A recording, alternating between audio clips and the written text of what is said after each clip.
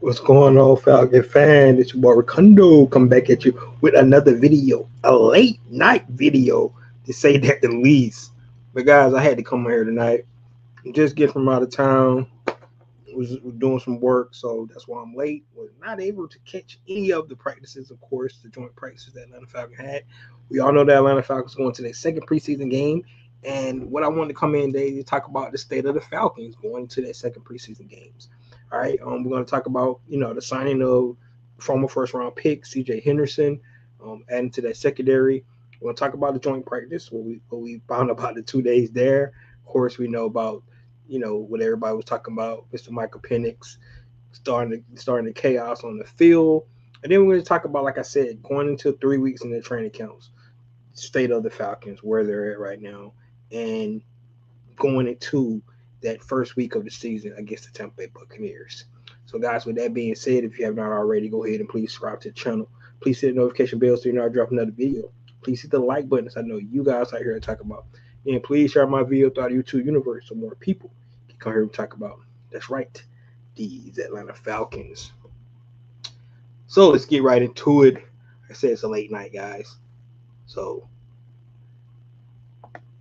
pretty much just put your comments in. Let me know what you're thinking. If you're still up with me, cool. We can chat it out. But if not, people that's catching this, to recorded video, please just put your comments in and let me know what you think. So, like I said, the Atlanta Falcons signed first former first round pick C.J. Henderson. He was the number ninth overall pick in that draft, and he just his injuries really what caused him so far. Even last year, you think about it, he was the Steelers, you know, went on the IR, never really had an opportunity to show what he could do. Um, did work out with them at Falcons late July. Obviously, they must have seen what they liked just to bring him in. One thing about the secondary, and I think a lot of people believe that the secondary is solid, right? If you look at our two starting cornerbacks on the outside, and Mike Hughes and AJ Terrell, everybody likes both of those guys. Um, our safety, of course, Jesse Bates, probably the best safety in the league. And then we got a three-headed monsters going up for that second safety spot now, and that's DeMarco Helms, Jordan Fuller, and Xavier Watts, right? All those guys bring a little bit something different to the table right now, but Xavier Watts is holding his own, being a rookie coming in. And I think if he just hold his own, he might end up winning that spot. He's been getting a lot of run with the first team, so we'll have to see. Jordan Fuller coming in, has familiar with Raheem Morris, in that backfield. So, but DeMarco Helms, he brings the physicality. We've seen that on display. Welcome back to Marcos Helms back to the field. We were able to see what he was able to do in games. And I think all three of those guys are going to get an opportunity to play besides Jesse Bates. It just depends on how we want to look at that. So, but CJ Henderson coming in, I think the biggest question is, you know, if they're going to have him rep some nickelback spots, right? Of course, Clark Phillips has took an injury and a hamstring, which is not good, especially when you're in the competition. Going against Billy Bowman and Mike Ford is out there as well. So and D Alford, right? So that's four guys that's trying to go for that nickel position. If you add C.J. Henderson to it, but Clark Phillips kind of hurting himself, being injured, not having himself. So D Alford like he's still, is number one now. Word on the street doing joint practices. He had a lot of run with the number ones. Billy Bowman, they didn't mention him a lot, so I don't know. He got injured. He wasn't mentioned about that or anything like that. We'll see if he plays tomorrow in the preseason game. But for the most part, Mike Ford, like I said, D. Alford and Billy Bowman's been really trying to go in back and forth in that nickel position. And C.J. Henderson coming in, the guy that they worked out. Obviously, they feel like he's recovered from the neck because that's what he had last year with the Pittsburgh Steelers neck injury. So obviously, they feel good on that. Like I said, man, one thing about this pro staff that we got, scout staff that we got, those guys go out and they continuously bring in guys. They work out guys, right? Because you never know, injuries happen in NFL. So workout guys that, this is a guy with a first round pick. Yeah, somebody saying something. He has the ability, right? If health, it seems like is one of his big things, issues that he didn't have. But the Atlanta Falcons bring him in and see what he can do. He's late to the game, of course. It's 3 weeks in, so we'll see if he'll be able to, to make this roster. He could also be on playing outside, add to that depth on the outside as well. We do know that Natron Brooks has really started to show himself out a lot. That at that outside corner position.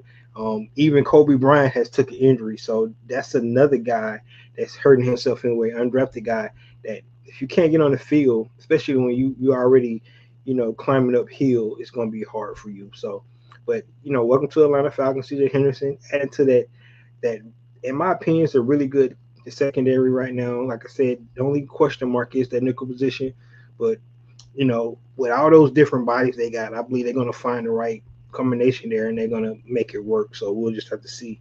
And it's a question: is C.J. Henderson is going to be put himself in the name, or is he more coming in for the outside spot? We'll just have to see. And pretty sure he probably gets a run tomorrow night if he gets sped up quick enough on the defense. Even though most of the defense is going to be vanilla anyway, so it's pretty much just playing vanilla coverage. So he should be able to go if he's 100% healthy. So we'll see about that. All right. But guys, let me know what you think about CJ Henderson getting signed. A lot of people feel like Terry Fontenot go out and get these injured guys and stuff. But guys, you taking the feeler on a guy that was a first round pick, a few years ago. And if he hit, you get a guy like that for cheap, right? So uh, you always do that. They worked him out in July. They like what they seen, and then now it's the middle of August, and they bringing him in to see that he could help contribute to this team. Their job is to make this team better, no matter what. So I like the move, and we'll see what happens with it. So guys, let me know what you think about C.J. Henderson coming in. Um, do you think he even have a chance? And we'll get to probably see some more if he plays tomorrow night in the preseason game. So that's what I have about him. Let's go to the next topic. The next topic is, of course, the joint practice with the Titans, right? So, like I said, guys, unfortunately, I was not able to make it out there to the joint practices, which is fine. I mean, we had great reporting from everybody um, that participated, and they won. Um, it was unanimous across the board, especially from the all the Falcons media, content creators, friends, everybody that I talked to. The Falcons dominated the the first team practice. Just was that joint practice. It just dominated on both sides of the ball, offense and defense. And the Titans was upset about it. Let's just be honest about it. But you know, that first day they dominated. They pretty much they got after the young rookie Cam Ward on the defensive side of the ball. He had a few turnovers. He got pressured a lot. They could not run the ball. So good work for the Atlanta Falcons to go up against another offense and show that aggressiveness that I've talked about in the last video. Just on display. And now you're starting to feel like it's real, right? Because you do it one time. Um, preseason, even though one of the starters out there, but you see the intent, right? You be like, okay, yeah, whatever. But do it again against another team in team practice. Now you're starting to get a feel like, this might be real. This might be real. And if you want to treat, go out and watch Nate Ali being mic'd up for the Atlanta Falcons on .com and watch that, and you'll get a treat and see how fire he has those guys going off. And the intent is just drill, get off the ball, get off the ball, get off the ball, get off the ball. Right? It's drilled in their head, guys. They that's the intent, and you see that on display in the preseason game, and obviously the Tennessee Titans saw that on display, and the in the first team joint practice that they had on Tuesday. So it didn't go as they liked, and everybody talked about it. Um, Even the players came out. Like we talked about the secondary. One of the players said Atlanta Falcons have a pretty good secondary. One of the offensive line say those guys is is aggressive. They was getting off the ball, right? So like you would expect, right? Um, the Tennessee Titans were butthurt. They got really, and their feelings about that. And then the next day, it was a little bit more. They tried to turn the tables, right? It started to get a little too aggressive, and it started to get what both teams did not want to see, where end up going into a melee with all with who would have ever guessed with our own quarterback Michael Penix Jr. Being on the bottom of the pile. Um, he talked about it. He's saying they talking junk, just a little going back and forth. They took they didn't take too much to liking to it, and then they got in his face. But the one good thing about it, the team rallied and they was able to finish practice, which is a good thing. Sometimes when things like that happen, practice end is over. But the fact that they was able to continue practice just showed the professionalism from both teams to have something like that take place, and then they go out and be able to finish practice and get more work in, because that's what it's all about. But of course, the Tennessee Titans came out, and not saying that they won the second day, but they did show better, in that, because they wanted to show that they weren't no punks. They came out and tried to get their get back. Not saying that they did 100%.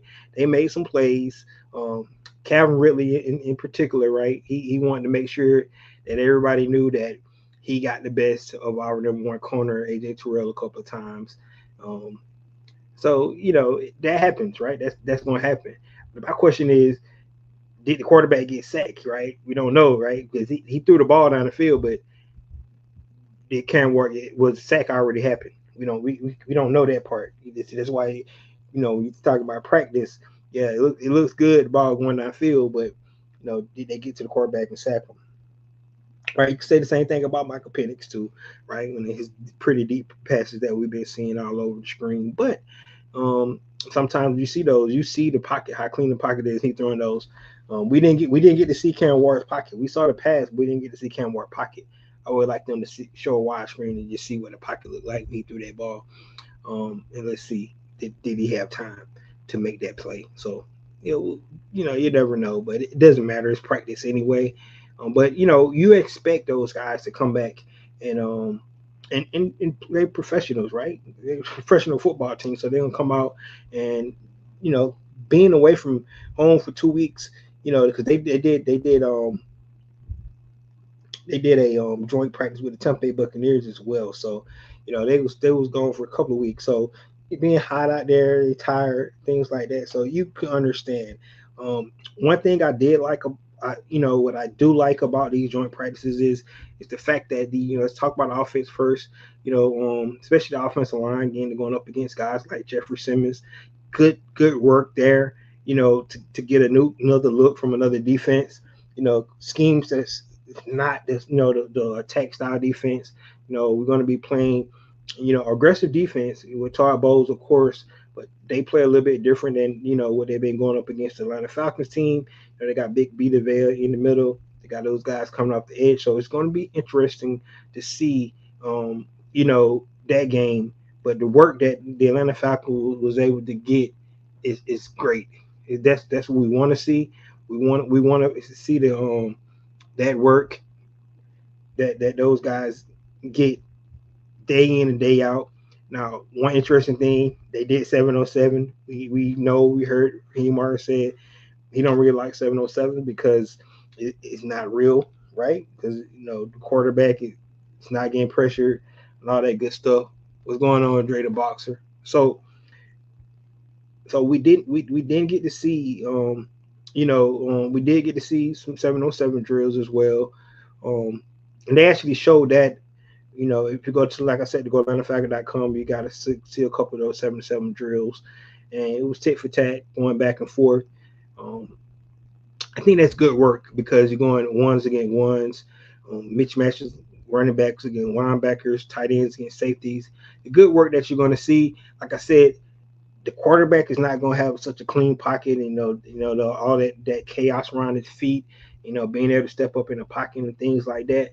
but it's just good work, creating timing and stuff like that, and it gives the defensive backs opportunity to, not to be so handsy and utilize their techniques and things like that. So 707 does have benefits in that way. Like I said, getting good work, working on your techniques and things like that. Try not to create penalties, because that's a lot of times what's going to happen when you're trying not to get beat. Um, and it's mano a mano too, because you don't have the effect of having a lineman rushing at the quarterback. The quarterback got all day to throw the ball, so he take his time and make the perfect pass. So it's a little bit more difficult for the defensive player to be able to work those. So when they do make good plays, that's good work for them.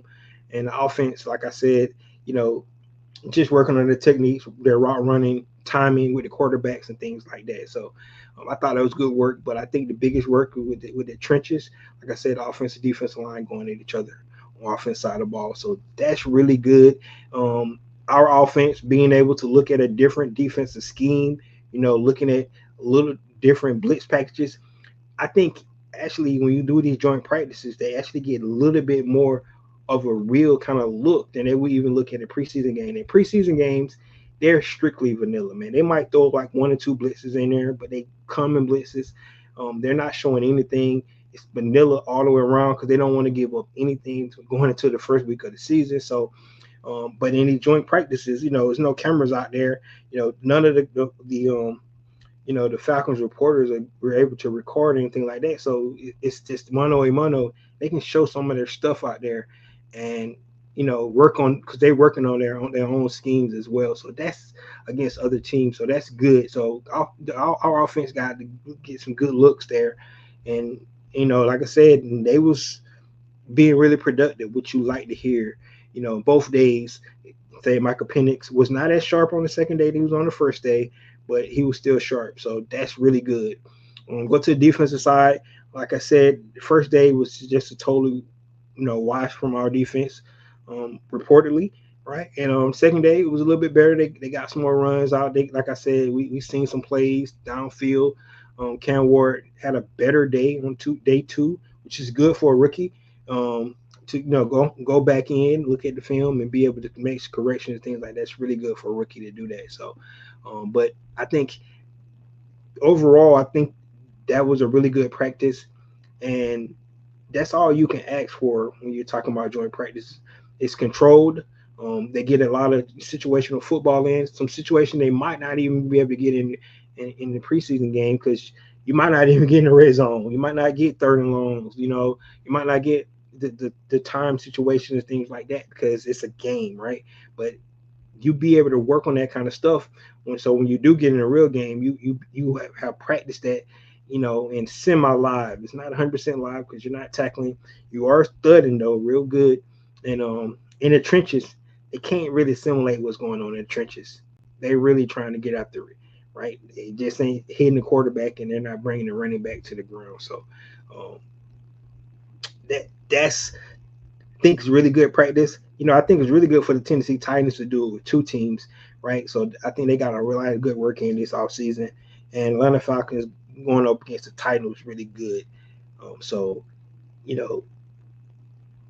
I think it's really valuable, especially the way Raheem Morris treat preseasons for his players. I think it was really important for those. I think if he's going to not play his players, I think he need to have two as well.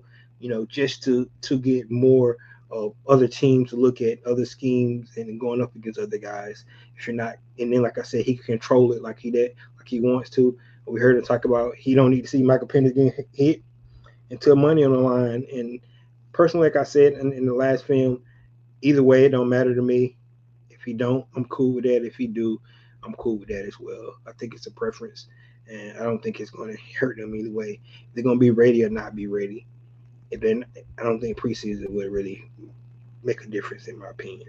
Just me. It's just me personally. But I know a lot of other people got different philosophies on it. But at this point, it don't matter because they're not playing. So you can have all philosophies you want, but it ain't gonna make a difference. So you might as well just go ahead and get over it, right? That's pretty much what I'm saying. But overall, guys, from the reporting, that we heard the last 2 days. Um, really good turnout for the team, and like the team is going this way. They're not going like this. They going up, right? The trajectory is going up, and that's exactly where you want the team to be going into um, week 1 of the season NFL. All right, let's get into the last topic today. That is what it says on the screen, and that's the state of the Atlanta Falcons 3 weeks into training camp. So this is where we are, guys. 3 weeks into training camp, the state of Atlanta Falcons. And first of all, let's talk about injuries, right? Because that's one of the things that you want to try to limit so much of injuries, right? Injuries could derail the season so fast. You know, one our starting receiver went out, Mooney, early, right? The report they still don't really know the timeline. Still week to week, we'll see. Still don't know if he's going to be ready for game 1, but we'll just have to wait to see. Taquan Graham actually went out doing practice on the joint practices. He had a calf, I think it was a calf, so we don't know his status going into the preseason game and going into the week 1. Clark Phillips III, I talked about him, being in the battle for the nickel position. His injury is affecting him as well. Um, Troy Anderson still on the PUP list. We don't know when he's coming back, but especially the way that Josh Woods played on preseason game. If he come out and show again, JD Bertrand is coming back. Troy Anderson being on the PUP list, that's interesting to see where that goes.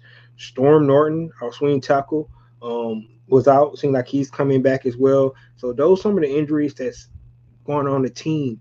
Um, let's hope it stays, that limited right there, and not really none of the key guys. Of course, Mooney is really key, but we'll see his status. He got hurt like the first week, so let's hope that Mooney be able to come back by game 1.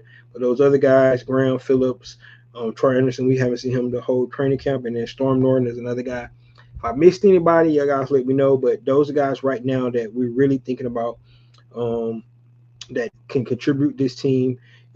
Storm Norton being that swing tackle, Troy Anderson helping the depth in that linebacker room. Clark Phillips, a guy that we had some high hopes for, but it seems like he's slipping on down the depth chart. Taquan Graham made some really good plays in the last preseason game, so let's hope he can be a rotation piece for that defensive front. And then of course, like I said, Darnell Mooney, we need him back, even though guys have been stepping up. So that's the first thing you want to look at is just the injuries, guys. Injuries are important. So going into the third week, let's try to limit the injuries. That's why we talk about preseason games. So we they're not putting them out there, and I don't blame them. So it is what it is. All right. The next thing that we talk about 3 weeks in is the depth chart, right? You start looking at the depth chart, start looking at who's going to be on the 53-man roster. They got to start talking about it because they got one preseason game left after this one, and then they got to start making decisions, right? So this next preseason game is really important. The last preseason game is going to be like the fringe guys, right? But this next preseason game, I think, is probably the most important preseason game for some of these guys trying to make that 53-man roster. So so the depth chart, right? That's I think that's when you start to look at it. You start looking at, we talked about nickel position. It's going to be really important. You talk about the safety position, right? You talked about the receivers, right? That's another position. Darnell Mooney going down has been a bright spot for some of these guys, right? It's a blessing in disguise for some of these receivers got to showcase themselves. You got David Stills out there. You got Casey Washington. You got Chris Blair. All those guys have really made themselves known, right? It's going to make a hard decision for the Atlanta Falcons to decide how many receivers they're going to keep. But I think all 3 of those guys deserve to be on this roster. They all have made plays. So we're going to see, where things goes. I think that's probably one of the deepest positions right now, receiver, believe it or not. Based off, the Mooney's injury, we've seen that a lot of these guys And if you look at the roster, look at the receivers right now, I think it's like 5 spots already taken up. To be honest with you, and that's Drake, um, Ray, Cardell Hodge, Darnell Mooney, right? And then you got Jamal Agnew, who's going to make this team, right? The guy that he didn't even practice, he didn't even play in the preseason game. He's a returner, all pro returner. He's going to make the team. So that's number 4, number five, and then it's going to be either. I think they're going to keep 6 receivers, guys. So it's going to be between Casey Washington, David Seals, and Chris Blair. Now, some of those guys could come back on the 16-man practice squad, right? And they utilize that practice squad like a part of the roster anyway. But some of those guys get poached too. That's your danger of not putting a guy on a 53-man roster. But I think the 3 spots that's open for one 3 guys that's going for that one spot is Casey Washington, Chris Blair, and David Seals, right? So those 3. So that wide receiver depth spot is really important. That nickel spot is important. Mike Ford, I think he's on the team already. He's a special team ace, so he's going to make the squad. But we'll see where he at on the depth chart at nickel position. Like I said, Clark Phillips is really, really interesting, especially them bringing in C.J. Henderson. I don't know where they're planning on putting him at. The pass rush room is, man, I think they're going to keep all those guys, right? Even Jaleel, I think he's going to make the team too. Jaleel Kareem, I think he's going to make the squad as well. So that's going to be depth. So like I said, you start doing numbers, guys. You can go out and look at the roster and you start doing numbers. It's going to be tough to figure out how they can keep all these guys. But I think they keep 6 receivers. I think they keep 6 corners. They're going to keep 4 safeties.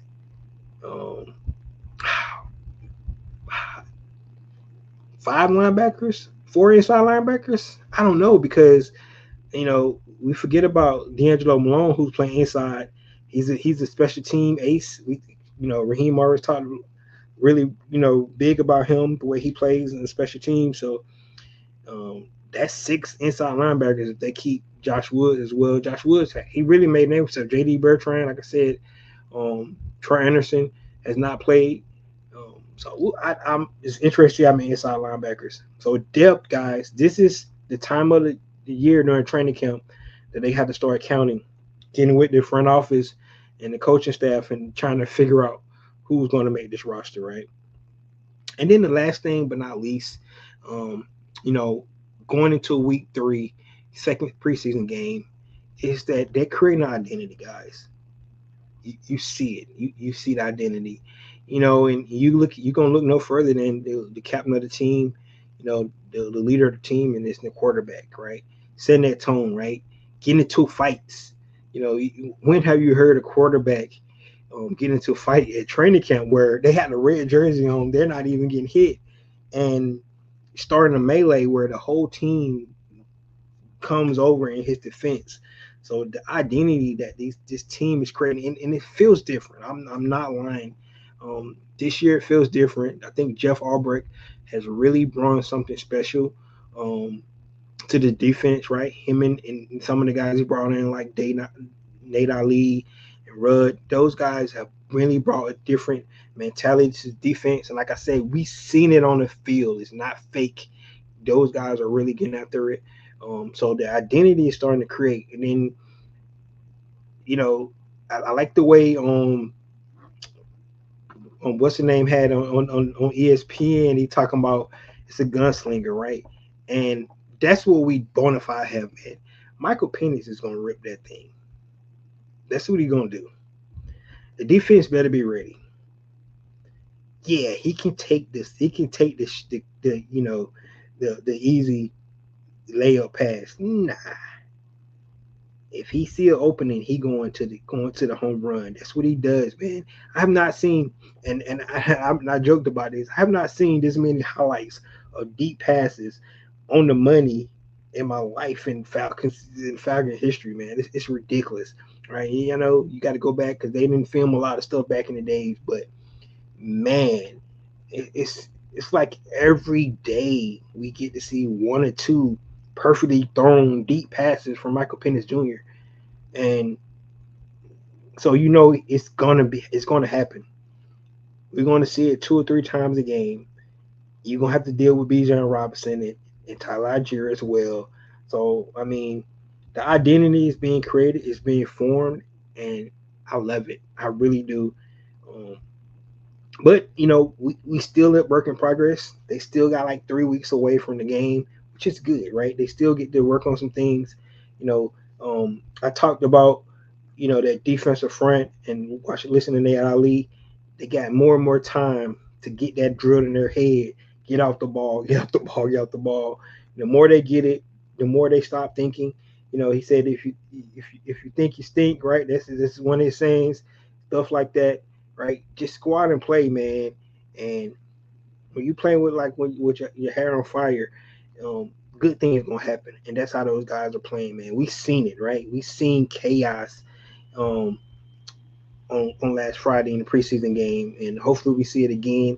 They can repeat and duplicate against another opponent that same aggressiveness that we seen, right? On all 3 levels from the defensive side of the ball. Only thing we got to see is they'll be able to run the ball. They was not able to run the ball at all against the Detroit Lions. So hopefully that second string offensive line can correct that, because if not, we don't want to. If they can't correct that, injuries on offense, our starting offensive line is going to be kind of. We're gonna have to start praying, man, because that second string offensive line did not look good. So um, don't anticipate any. I don't anticipate Kirk Cousins playing, especially behind the offensive line the way they looked. But we'll see. But guys, they're creating an identity, and that's what you love to see. So the identity is there. You love to see it being created, and that's the state of Atlanta Falcons, guys. Right? Good work. We got to see them um, in joint practice against another opponent. Still looked good. What's going on 3:30? Still looked good. That's really good. But now we want to see, can they repeat the performance they had um, in the second preseason game, right? Not even the starters, the backups, right? Because if you see it from the backups, you know what's being taught, and then it's hidden home, right? Because you see the backups showing that aggressiveness.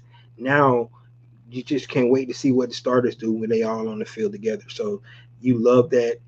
So 3 weeks in, second preseason game. Let's see what they turn out tomorrow. Let's see who actually plays. One guy I definitely want to see play that I think is going to play this week is Braden Trice. He did not play in the first preseason game, but he said he's good to go. Um, Raheem Morris have mentioned him a couple of times if you've been watching interviews.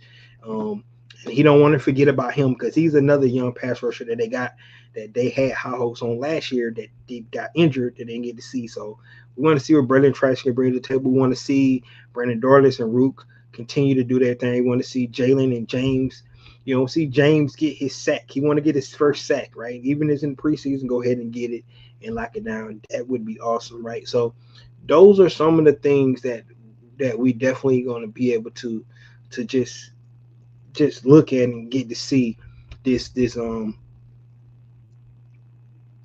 second preseason game, guys. I'm excited. I can't wait till the season start. I know you can't either. So let's just sit back and watch it, guys. Watch it unfold. Watch the progression. Man, this is an important year for this team. They don't have to win it. They don't have to win the Super Bowl, but they gotta take a step forward, man. That's what we need them to do, right? They got youngsters. I just looked at an interview today, and I didn't realize Drake London is only 24-year-old. Right? I didn't realize he was that young. Right? Kyle Pitts is only 20. It's a young team. It's really young, and they talented as hell. Right? Um, like this is an important year for these guys. If they can, like, put something, in progress this year, put it in play this year, they can be really good for a long time, right? That's what they need to do. And it's important for them to do good because We don't need another regime change right now. That's not what we need. We do not need another GM, another head coach, right? Michael Penix is learning this offense. Like let's they need to perform this year, man. This is a big year for those guys. And like I said, it feels different, but it doesn't matter how it feels. They've been saying it all year. They don't really want to sit down and talk about it. They just got to put it on the field, right? And so far, you know, after one game and one joint practice, it seems like it's real, right? It seems like it's real. Um, like that James Pierce video that came out today, all juice, no breaks, right?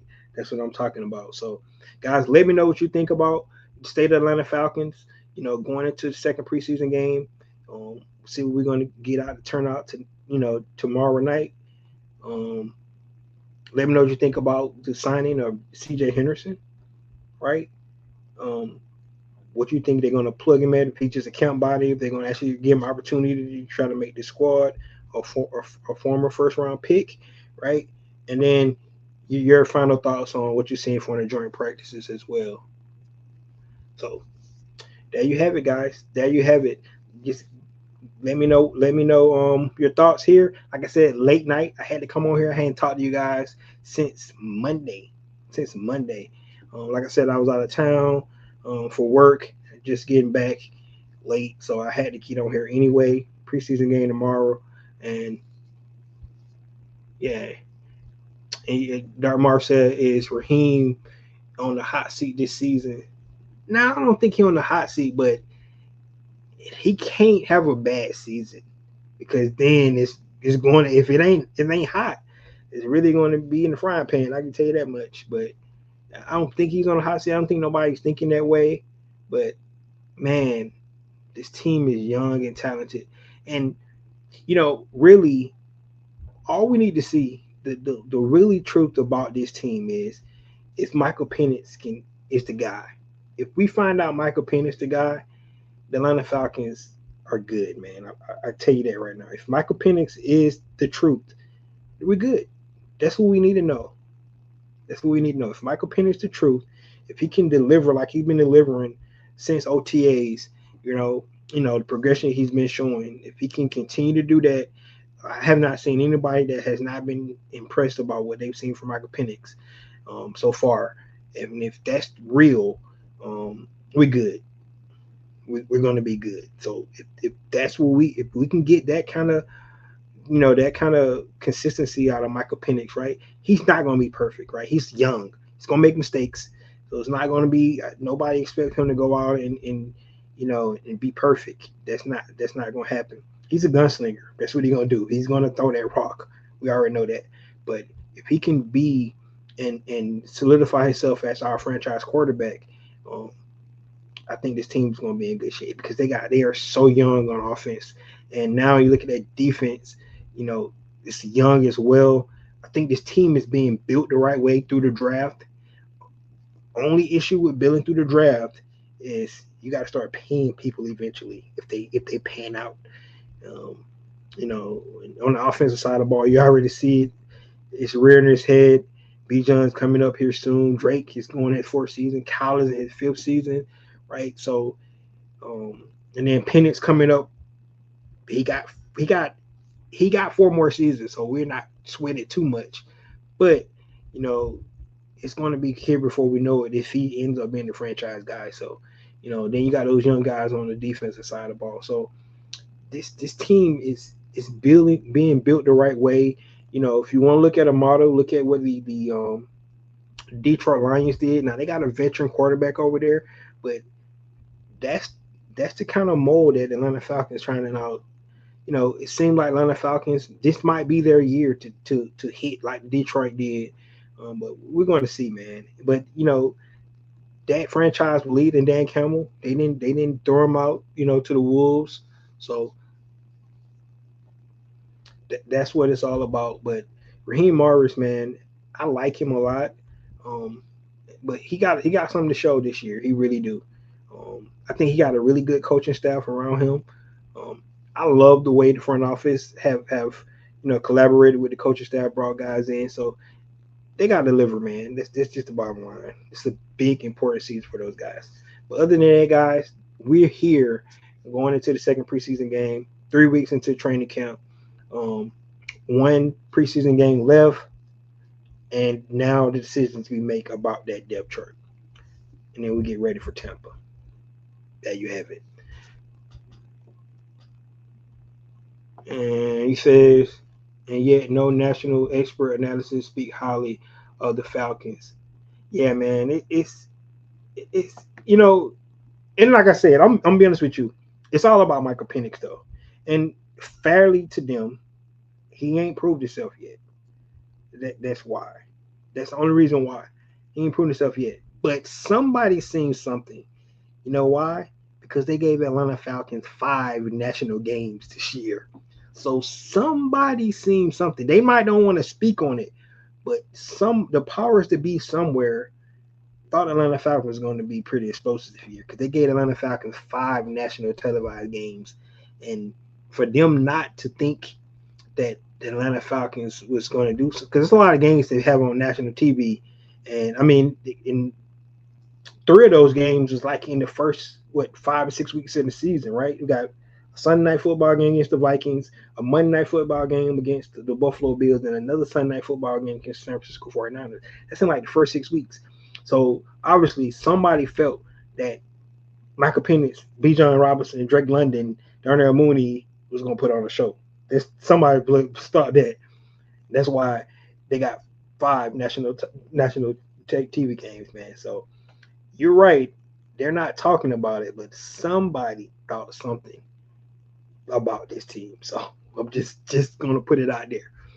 But there you have it, guys. Thank you guys for tuning in to the late night show with me. I don't think I've ever been on this late doing a live by myself, but it's cool, man. I wanted to come on and talk about Atlanta Falcons before the preseason game kickoff, and I come give you my thoughts on about that preseason game. Unfortunately, I won't be at that one. That'd be the first game I missed live in a while, but I'll be out of town again for the weekend. So, but I'm definitely going to go ahead and report on the game after I watch it. I'm definitely going to watch it and give you guys my thoughts and what we see. Hopefully, we get to see some more young guys out there. I think that all the young guys need to get some reps, except Michael Penix, of course. We don't need to see him get hit. Like I agree with Raheem. I'm a down that hill. Let him be ready for week 1. All right. But there you have it, guys. This is your boy Ricondo coming back at you with another and first late video. Peace.